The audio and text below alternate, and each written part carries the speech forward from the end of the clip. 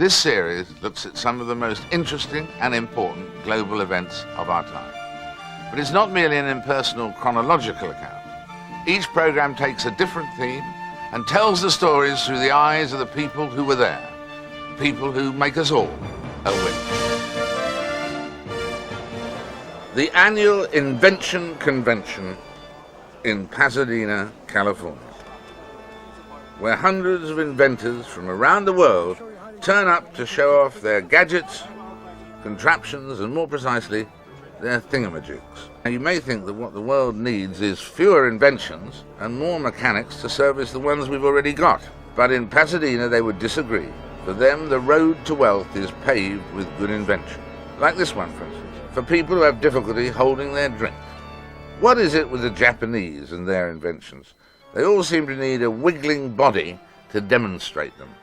And how about this little number? A telephone and baseball cap combined. The keypad and a talk button. It also has an intercom. When you wear it, it's got the microphone boom. It's also got earplugs that give you I prefer to use both earplugs. It was Mark Twain who, asked to name the greatest of all inventors, said accident. And funnily enough, our next invention looks just like one waiting to happen. It's guaranteed to put a spring in your step, but at 55 pounds in weight and costing 800 pounds to buy, there may be easier ways to sidestep the rush hour traffic. They call it the Spring Walker, and the designers say that this ungainly contraption of springs and pulleys can take you along suburban roads and across Saharan deserts. It's so versatile, they say, that the armies of 3 countries are queuing up to buy them. And now the accident waiting to happen happened. Up until then, they hadn't put a foot wrong. But the locals still see it as a giant leap for mankind. We have bicycles, we have automobiles, and now I think we have the Spring Walker.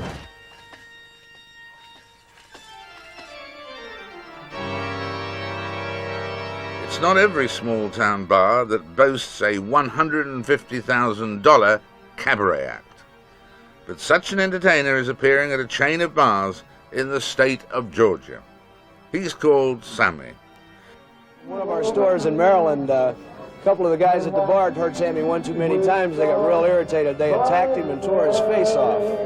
How much did that cost you? It cost us $6,000 to put that face back on. But worth it?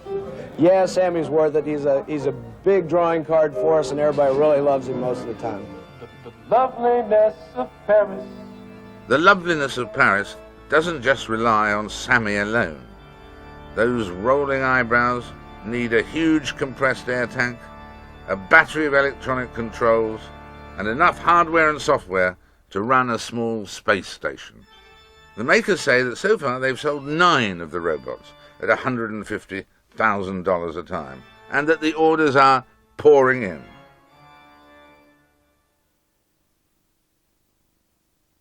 Yeah, I'm Sammy. Thanks for listening. And another advantage, when the customer says, "Play it again, Sam," you simply push a button.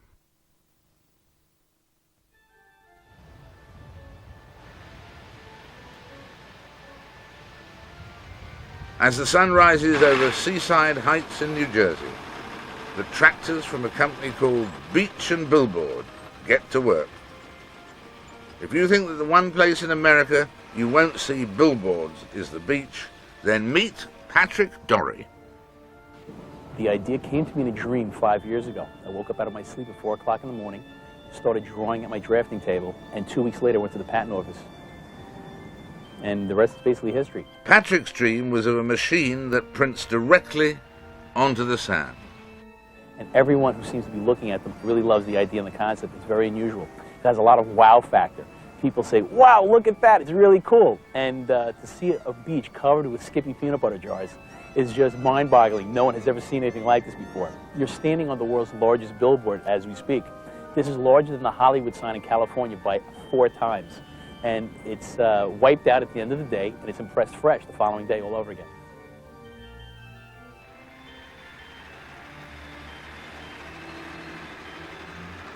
But Patrick's big letters in the sand don't impress everyone. I think it's pretty stupid.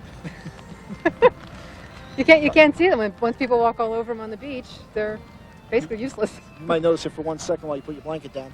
And if the wind comes up, you won't see it at all. Yeah, the peanut butter ads. It's pretty cool, I guess. I guess it's a good way to advertise. A lot of people come to the beach. Patrick is hoping to sell his idea to other beach resorts around the world. But in the meantime, he does wish that the people of Seaside Heights would have just a little more respect for his handiwork. Have you ever wondered about the unique contribution that the French have made to the history of invention? Well, to be quite frank, neither have we. But this venerable gentleman was thinking only of the greater glory of France when he invented this ingenious example of whatever it is. He seems to be shooting birds, not with a gun, but with a camera shaped like a gun. There was at that time in France a crying need for such a device, but only among this woman. This man had a crying need for food, but hasn't noticed that it hasn't been served yet. This housewife had a crying need for another pair of hands. And this poor young thing has a crying need for a life. Got a problem moistening your stamp? This postman has got it licked. Miss the good old pea soupers? Well, why not try our patented portable fog producer? Trouble finding a parking meter? Carry one with you, and the money's yours to use again and again. And this policeman directs the traffic, notwithstanding. Want to be the first ever victim of road rage? Here's how. This man and his pliers are working on the world's first anti-pollution device. A few last-minute adjustments, switch on the fan, and it's ready for its first public airing. Excusez-moi, but did you know that you've got a fishbowl on your head? I'm sorry, I can't hear you. I've got a fishbowl on my head. Oh, how they laughed then. But they're not laughing now. At least it doesn't look as if they're laughing, though it's difficult to say for sure. But air pollution in cities is now a very serious problem.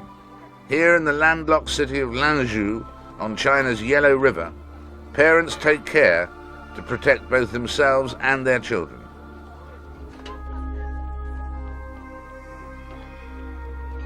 Rudimentary smog masks are now on sale in the streets, providing some small protection from pollution caused by coal burning, heavy industry,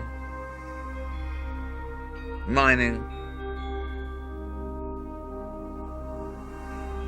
and of course our old friend, the internal combustion engine. A high-tech version of the basic Chinese smog mask is this, the protective buggy bubble. I often carry him in a backpack sort of to keep him higher up. I don't know if that makes any difference. I sort of feel myself consciously pulling away from the sides of the road because I really do feel that the fumes are very bad for him. The bubble fits onto any make of buggy and sports a 2-stage filter to remove dirt and chemical pollutants from air drawn by a fan into the bubble itself. At first, Lloyd wasn't too happy about being enclosed in his private protected pram, but he soon got used to it. The bubble isn't completely sealed, but the air inside is at a higher pressure and so stops the fumes from getting in. It was invented by Stephen Quester, a 27-year-old student at the Royal College of Art in London, who hopes to find a manufacturer for his invention. Environmental groups say that the device is worth looking at, but it's also a sad comment on the level of pollution in our cities today. One answer to such pollution, according to some experts, is to make smaller cars. Bien sûr, the French might say, but we thought of that years ago, and here are the pictures to prove it. Parisians in 1938 were astonished to discover this little marvel buzzing around their ankles, and commissionaires were dismayed to discover that the driver seemed to demand the right to pull up beside any one of them at random and ask for a light. Within just a few weeks, the car was a write-off, after a commissionaire accidentally stepped on it halfway up the Champs-Élysées. Is it a plane? Or is it a car? This nervous French driver decided in 1946 that the only way to leave a proper gap between him and his fellow motorists was to fly over them.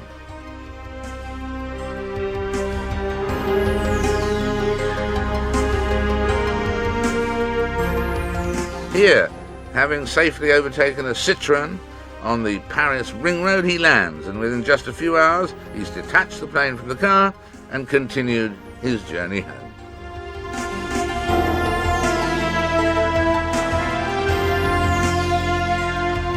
A mile off the Florida coast, mysterious figures cast futuristic shadows on the coral reefs deep beneath the waves.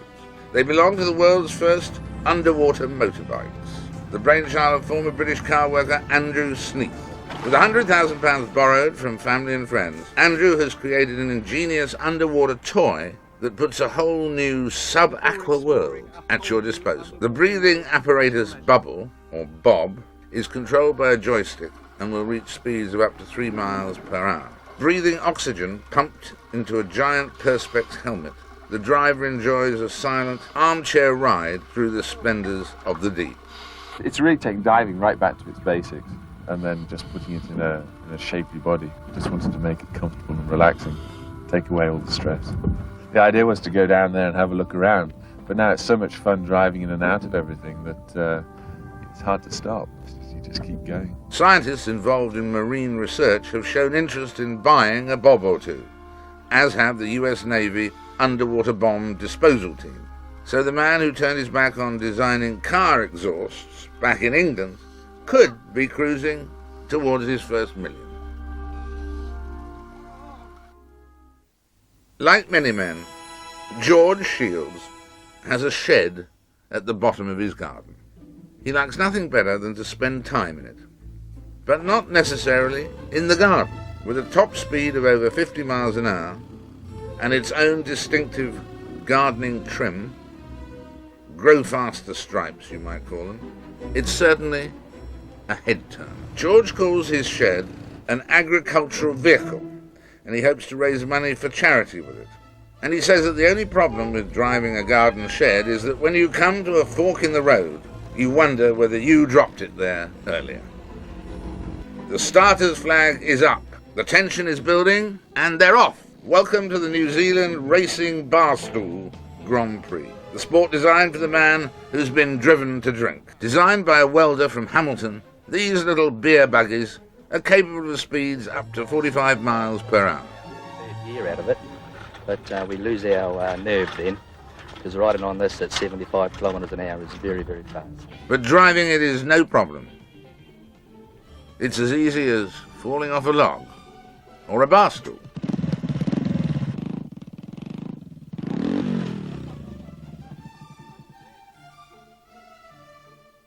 For more than 100 years now, inventors have been coming up with odd bicycles, most of them a little impractical. Recently, the aim has been to replace the power of the human legs with something a bit more graceful. So when British inventor Sir Clive Sinclair introduced a battery-powered bike motor in 1994, cyclists wondered whether it might be the right gear for them. The little pack adds power to your pedalling for up to 3 hours. The battery is rechargeable for less than a penny. It's controlled by a switch on the handlebars, and a lightweight motor drives a rubber belt, which drives the tyre round. Not all Sir Clive's inventions have met with success, but he bravely donned his bicycle clips before the world's press and took their advice to get on your bike. One of Sir Clive's earlier battery-powered vehicles, the much-maligned Sinclair C5, featured in a groundbreaking legal case in February 1995. The case concerned, my lord, this young couple. When Kirsty Nightingale, on the right, won a Sinclair C5 tricycle at a Valentine's ball and didn't know how to drive it, her boyfriend gallantly took the wheel and powered it along the pavement until he met a member of the local constabulary. The result? An appearance next day before the beak, accused of being the first person in Britain to be drunk in charge of an electric trike. Meanwhile, Kirsty, who still hadn't learned how to connect the battery, pedalled off into the sunset in a vehicle which she'd already learned to call her Formula One bath chair. Road safety is of concern to us all, and certainly has been since 1924, as this exciting footage proved. Feeling a bit run down? No problem, thanks to our patented automobile cowcatcher. Enjoying a little post-lunch snooze on the cobbles? Saved again by the cowcatcher. Now that we've tested it on a human, let's try it with an actual cow. So there you are, happily tootling along on your little Yamaha when suddenly, oh no, it's straight to casualty for you, my lad. Well, actually no, because you were wearing Kenji Takeuchi's new motorcycle safety jacket. Introduced in 1998, it's based on the same principle as a car airbag. And here's Kenji, driving around looking for a nice soft stretch of road to demonstrate it again.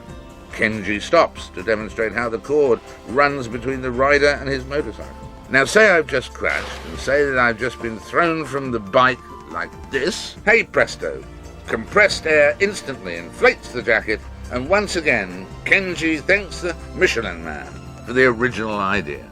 Not all motoring inventions are quite as welcome to the motorist as Kenji's. It was more than 50 years ago when George Musgrove, now 81, submitted the idea of yellow lines to a competition to improve road safety.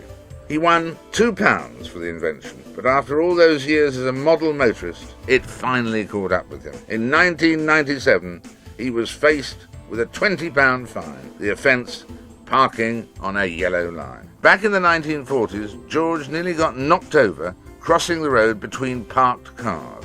That sparked his idea for yellow lines. They were as unpopular when they first came in as they are today. But back in Eastbourne, George is philosophical. The law is the law and has to be kept, and I have to keep it the same as everybody else, even if I had originated the thing and the warden was doing his duty. I would have liked him to have been lenient in my case, but that wasn't the story. Traffic police in Finland have taken their zero tolerance campaign to new extremes.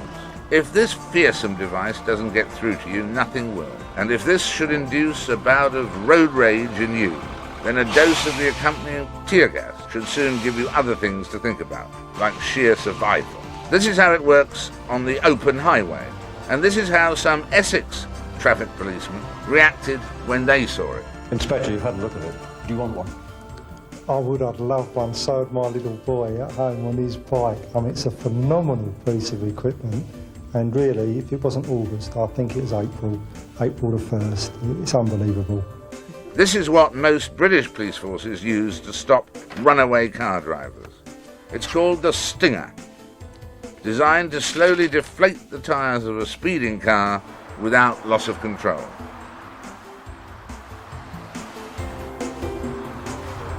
Complete lunacy from what I saw.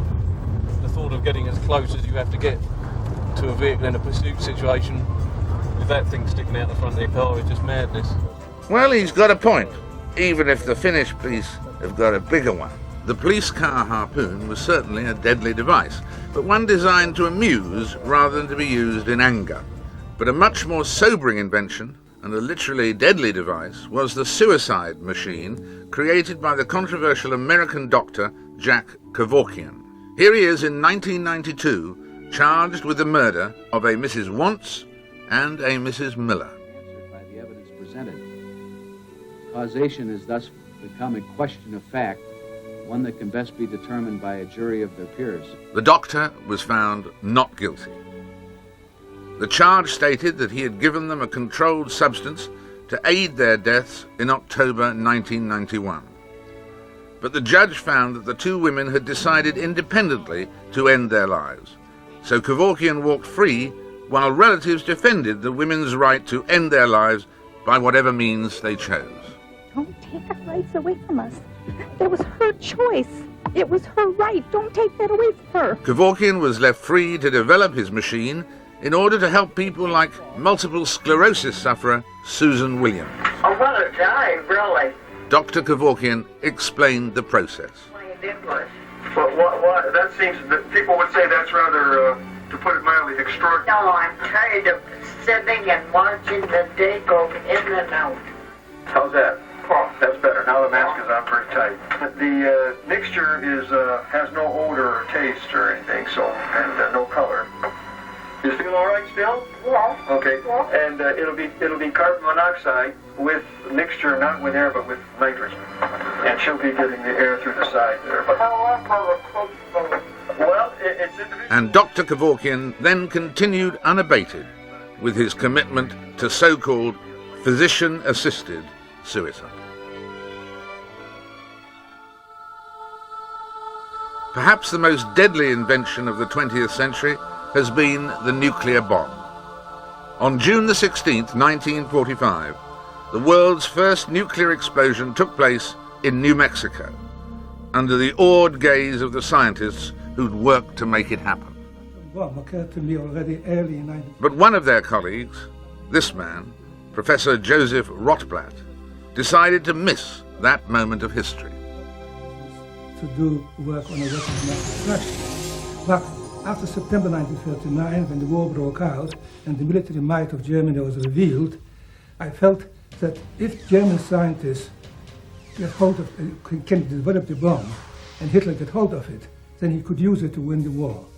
And therefore I felt it is important for us to see whether the bomb can be made. If it can be made, to make it as quickly as possible and have it not to be used, but to use as a deterrent. But 2 months after that successful experiment in New Mexico, in August 1945, a US Air Force plane, the Enola Gay, dropped the first atomic bomb on the Japanese city of Hiroshima.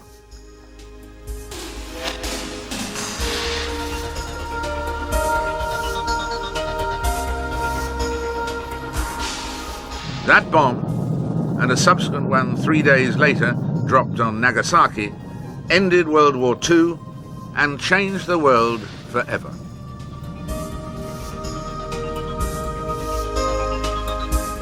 Meet Dolly the sheep, the first animal to be cloned. When Dolly was first introduced to the world in Edinburgh in 1997, it prompted a host of ethical and scientific arguments. For example, if you can clone a mammal, can you clone a human? The answer was yes, and many experts believe that it's only a matter of time before it happens. But the scientists involved in Dolly's creation will only talk of how their genetic breakthrough will create superior animals. Recomposition, or whatever characteristic it is that's being selected for. The use of what we learn is not a scientific question, it's a question for society. And society must decide whether this is used and how it is used. And at the moment, in my view, there is no prospect of it ever being used on humans. In America, a panel of government scientists soon recommended that the law should allow the cloning of human embryos for research purposes only. But for some, even this was a step too far. Is to permit cloning as long as the researcher kills the embryo. I think that that's two grave evils. I think it's a seriously flawed proposal. In Washington, President Clinton expressed deep reservations on the issue. Any discovery that touches upon human creation is not simply a matter of scientific inquiry. It is a matter of morality and spirituality as well. There was a degree of public acceptance in America about the benefit to science of cloning animals. But the creation of cloned humans, even in embryo form, was and continues to be strongly resisted. Identical twins, nature's own clones. But should science try to duplicate nature? I'm very worried about artificially creating identical human beings when individuality is something that's quite an important part of being a human being. Apart from cloning perhaps being a cost-effective method of producing medicines for human use, and further, producing genetically altered animals capable of providing organs for human transplantation, scientists believe that it might also help infertile couples to conceive. What price indeed? Every major scientific or medical breakthrough seems to bring with it its own unique array of ethical dilemmas. The history of invention remains the same. At first, we believe that a thing can't be done. Then we hope that it can be done. Then we see that it can be done. And finally, we ask ourselves, what can we do about it now it's been done? According to the English novelist Eden Philpotts, the universe is full of magical things patiently waiting for our wits to grow sharper. And it's fair to say that this century, our wits have grown sharper. Take, for instance, our efforts to discover what's out there in space. The father of today's space rockets was an American called Robert Hutchings Goddard. In the 1920s, working with just a small staff and grants of just $200,000 from the Guggenheim Foundation, he represented the entire United States rocket research program.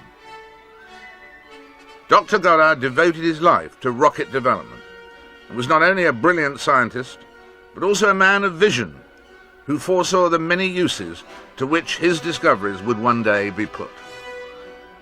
However, as we see in these early films, Dr. Goddard's initial experiments met with something less than success. Here the doctor demonstrates gyroscopic control.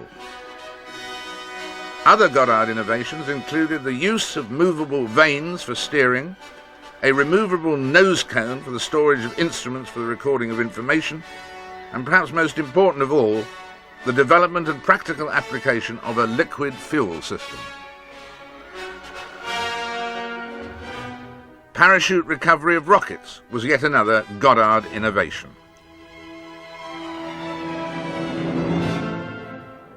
In years to come, every single one of these innovations was destined to become a critical part of rocket science. Unfortunately, public interest was focused on the romantic rather than the scientific implications. And although the United States government took Goddard's work more seriously than either the press or the public, they did, however, reject his proposals for a more far-reaching development program. But if the United States would not buy Goddard's dream, another nation would. For 10 cents each, the cost of handling charged by the United States Patent Office, German scientists were able to purchase all of Dr. Goddard's patents. It was one of history's greatest bargains and strangest ironies. It's now the early 40s. Robert Goddard has been summoned to Annapolis, Maryland, to work on the JATO program. JATO, the use of rockets for jet-assisted takeoff, propeller-driven aircraft, is considered by the United States at the time to be the only practical military application of rockets. At the same time, in Peenemünde, Germany, the Nazi rocket development program has come to this. All the knowledge acquired by Dr. Goddard and other rocket scientists throughout the world is suddenly in the possession of German scientists and has become the basis for Hitler's most closely guarded secret, the V, for vengeance, rocket weapons project. Here, in captured film footage, we see that early German efforts, like Goddard's, encountered many teething problems. But in spite of those early setbacks, German rocketry in the early 40s was clearly years ahead of any other nations. Hitler had lavished more than $125 million on the Peenemünde guided missile project. In 1957, the Soviet Sputnik marked the beginning of the space age. A shocked American public did their own satellite, and the space race had well and truly begun. Its pinnacle, of course, was the Apollo moon landing. In a decade blighted by the Vietnam War and the fear of nuclear holocaust, it somehow symboled promise and progress. The talk was of islands in the sky and holidays on Mars. But by 1972, NASA had all the moon rocket needed, and the space program was downgraded. The space shuttle reignited some passion in the 80s, but Russia was already struggling to pay for its space program. And liftoff. Liftoff of the Proton rocket and the Zarya control module. The International Space Station is underway. The roar of the rocket motors must have masked the sounds of the sighs of relief. Good first stage performance, Proton delivering. We've all worked together for the last 6 years. And what we're going to do today is launch the first step, the first stage in what we're going to do when we go from not only the space station around the Earth orbit, but also to the moon and then onto Mars. The idea of a permanent space station inspired scientists both in America and Russia. Space, but as an experimenter you could go approximately once a year because there were always delays, there were problems, and even if you got a result, there was no continuity. Having the space station, you have got continuous access to get into space. These days, a rocket launch may not seem anything out of the ordinary. But this is no ordinary rocket. After 150 feet, it stops, deliberately. We have engine throttle up.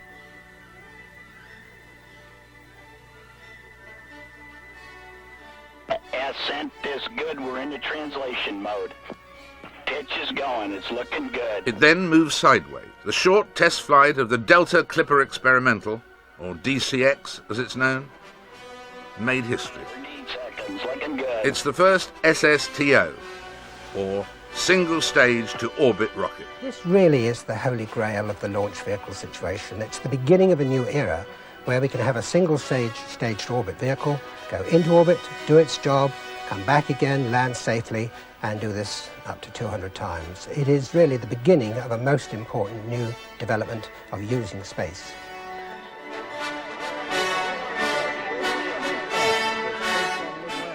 At present, the Space Shuttle has been the closest that the industry has to a reusable craft. But each launch can cost between $50 and $100 million, and it must jettison its fuel tanks after takeoff. In Britain in the 80s, there were plans for a reusable spacecraft called HOTL, or HOTL, which could be launched off the back of a winged aircraft. It could have carried various payloads into orbit, but the project died a lingering death due to lack of funds. Its inventor, Alan Bond, had been making rockets since he was a teenager. Now, from the ashes of HOTL, he became involved in a privately funded project called Skylawn. Particularly powerful engines which are capable of using the air from the atmosphere up to an altitude of about 26 kilometres, and when the aeroplane's flying at about 5 times the speed of sound, and thereafter they change into rocket engines to push the vehicle all the way into orbit. The young people of today take the technology of today for granted. But air travel today would be very different if it was not for Frank Whittle's invention of the jet engine back in the 1930s. Then, Jet Plane Whittle, as he became known, could interest no one in his project. Later, playing himself in a government information film, the young inventor reenacted those pioneering days. For 5 years I had no luck. These people thought this is no time to risk thousands of pounds on a pie in the sky. But that pie in the sky took off in 1941, revolutionizing the aircraft industry. It's changed the world. It's made air transport of the type we know today across oceans of the world possible, and Frank will always be remembered for that. As determined as he was brilliant, this indomitable inventor died at the age of 89. Not a household name, perhaps, to today's generation, but few individuals can have made such a difference to the history of transport in the 20th century. In the 1960s, the French and British governments reached agreement on plans to jointly develop a supersonic commercial passenger plane to be called Concorde. Looking unlike any plane built before, it was to be manufactured half in Bristol and half in Toulouse.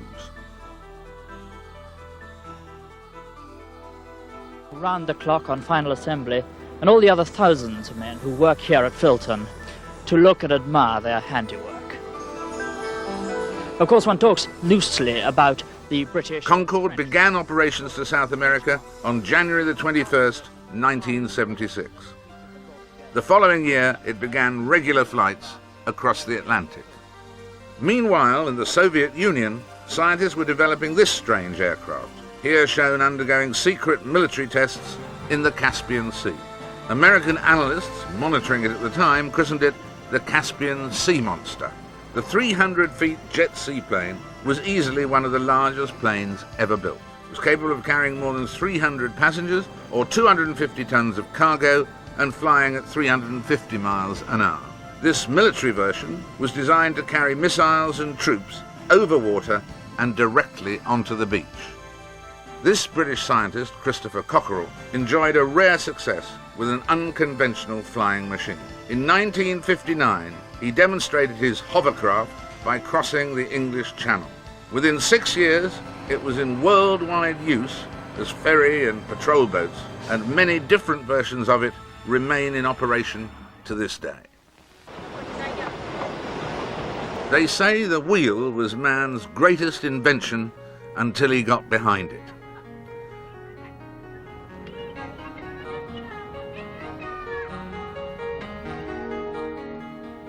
With the growing number of gadgets in today's cars, it's increasingly difficult to find the time to put your hands on that steering wheel. Move to electronic control strip in center lane. The designers of yesteryear must have anticipated this problem, because eliminating the need for a steering wheel seems to have been one of their major goals. Steering.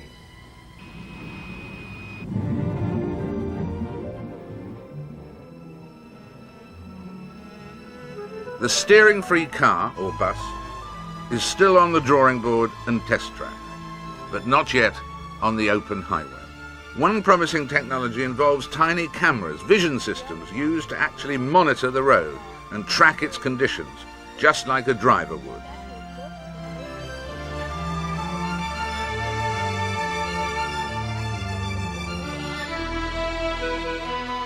Perhaps it won't be too long before every driver will be able to blithely shout to his fellow motorists, "Look, no hands."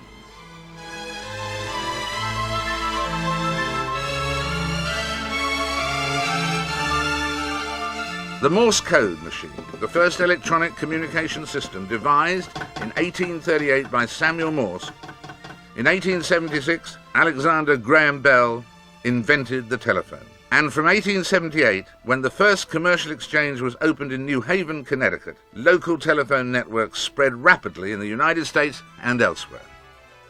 This early car phone, attached by cable to the dashboard, has been replaced by a completely portable phone, which can even be used by motorcyclists. This unprecedented boom in telecommunications, both professional and personal, has led to an equal expansion in satellite dishes, which have changed the skylines of almost all the world's cities.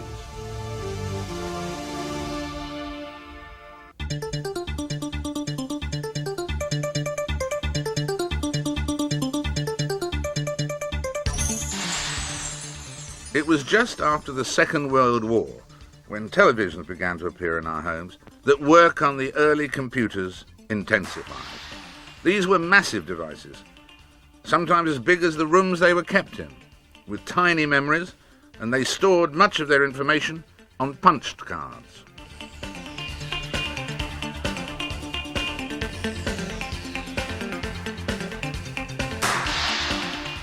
The introduction of printed circuits enabled computer manufacturers to reduce greatly the size of their machines and equally increase the amount of memory available, as this reporter reveals. They hope to be able to make even smaller computers, small enough for every businessman perhaps to have one on his desk. And they'll do that by... The 60s also saw the introduction of fairly primitive robots into the manufacturing process. Meet Versatran, a British robot that'll go on working non-stop at a job for 7.5 years or even longer. The beauty of this machine is that it doesn't get tired, it doesn't feel the strain, it doesn't want a holiday, it doesn't even need to break for a cup of tea.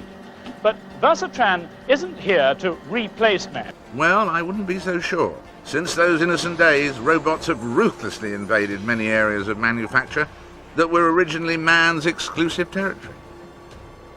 The ubiquitous computer chip, which spurred the robot's successful takeover, has also transformed the world of print, finance, and even games. It was Space Invaders that brought about the boom in video games. The pinball wizards had to reset their sights for the extraterrestrial. And now learning to ski has never been easier. You can even do it in a suit and tie, if that is, you can afford the latest virtual reality machine. With the computerized scenes strapped to your head, you can tackle any piece you fancy. The computer shows you the ski slope ahead. All you have to do is stay on your virtual feet. On a larger scale, this computerized simulator will help perfect your skills at piloting a jumbo jet. And proof that the chip has invaded every sphere of our lives. Her Majesty the Queen now has her own little place on the World Wide Web.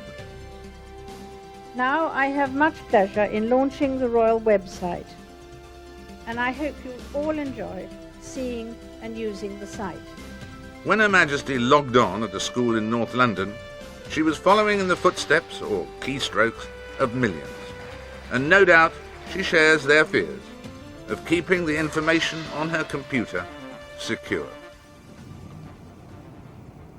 Among the new methods of doing so, this device, which checks your fingerprint before you can enter your computer's memory. It's a variation on this device, which actually matches your eye print before allowing you access to sensitive areas.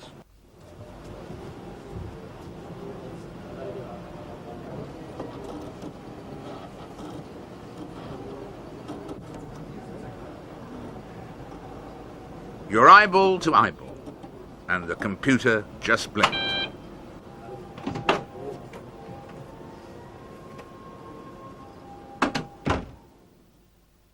But the area in which scientific breakthroughs have had most effect on our lives this century must surely be medicine. South African surgeon Christian Barnard performed the very first human heart transplant at Cape Town's Groote Schuur Hospital in 1967. An operation which would simply not have been medically possible just 5 years earlier.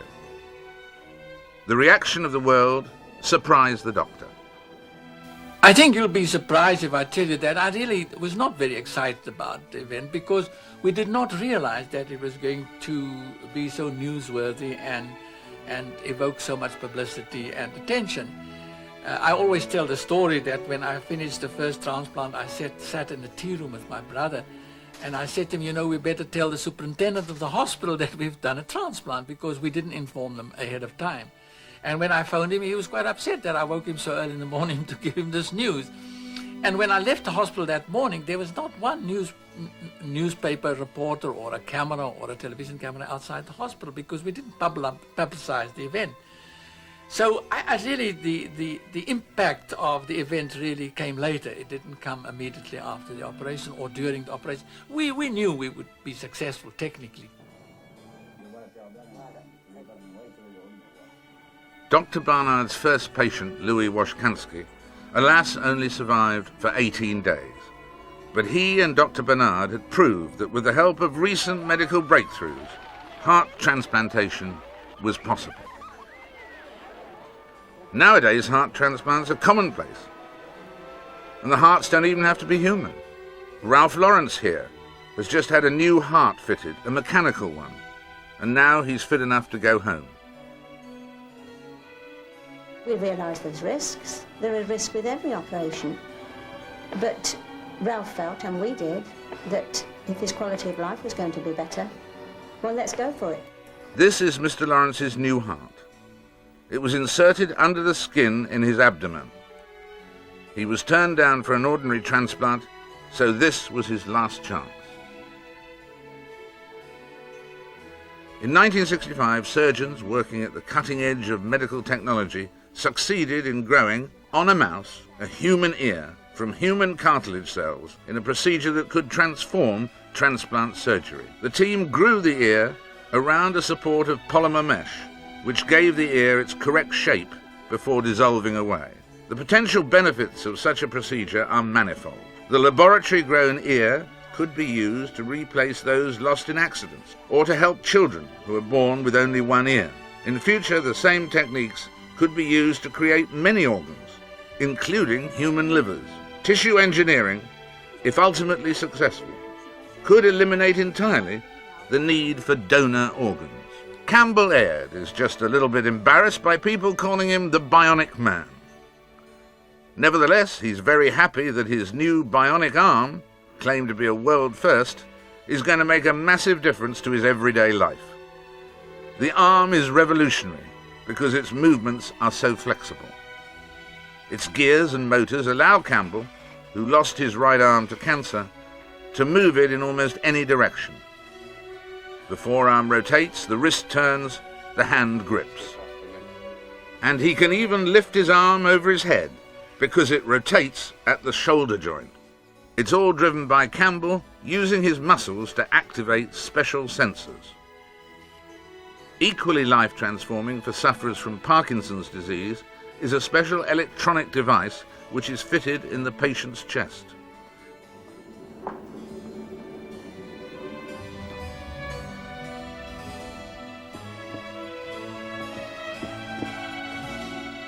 It's activated by simply passing a magnet over it. There's a dramatic change, and within seconds, the customary shaking stops. But because the treatment is new and very expensive, the surgeon who performed the operation warned that it could be some time before it was more widely available. It isn't very expensive. But for those who've had the operation, their lives have been transformed. This is how it works. Electrical generators embedded beneath the chest are controlled by the magnet. They send a current to a probe planted in the brain, which inhibits the Parkinson's symptoms. There is no cure for Parkinson's. Michel Passman couldn't walk. Now he runs. Annie Roach's uncontrollable shaking has been calmed. Doctors have had a number of successes with the device, placing the electrodes into an area of the brain no bigger than an orange pip. A production line in South Africa for a unique invention, a wind-up radio designed to operate in parts of the world where there is no electricity supply. UNICEF deals with areas which are difficult to reach, where the question of money is very hard and very short, and therefore here is a radio which ultimately, having once acquired it, the fact that it does not require batteries in order to operate, but can simply be dealt with by winding up the spring which creates the power. And where the information broadcast on the radio, like how to avoid AIDS, can have beneficial effects on the local population. Well, I think the most important thing is a recognition. You know, there's a Royal Academy of Art, there's a Royal Academy of Science, there should be a Royal Academy of Invention. And that governing body should be able to, first of all, put some standards in place. Because we are, as individuals, surrounded by all sorts of spivs and crooks and vulture capitalists. We've got to stop that to start with. The latest version of Trevor's radio also includes a solar panel to help recharge the battery.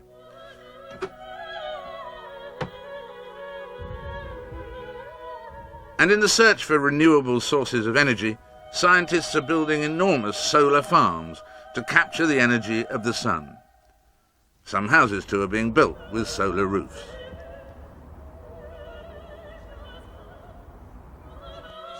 Wind power, too, is being harnessed in the search for alternative sources of energy. Some of these turbines are actually taller than Nelson's column, and they feed electricity straight into the national grid.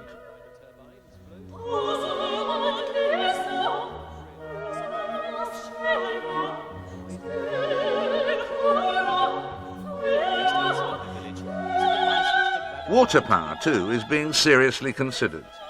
This structure, built on the coast of Northern Ireland, is designed to harness the power of the waves.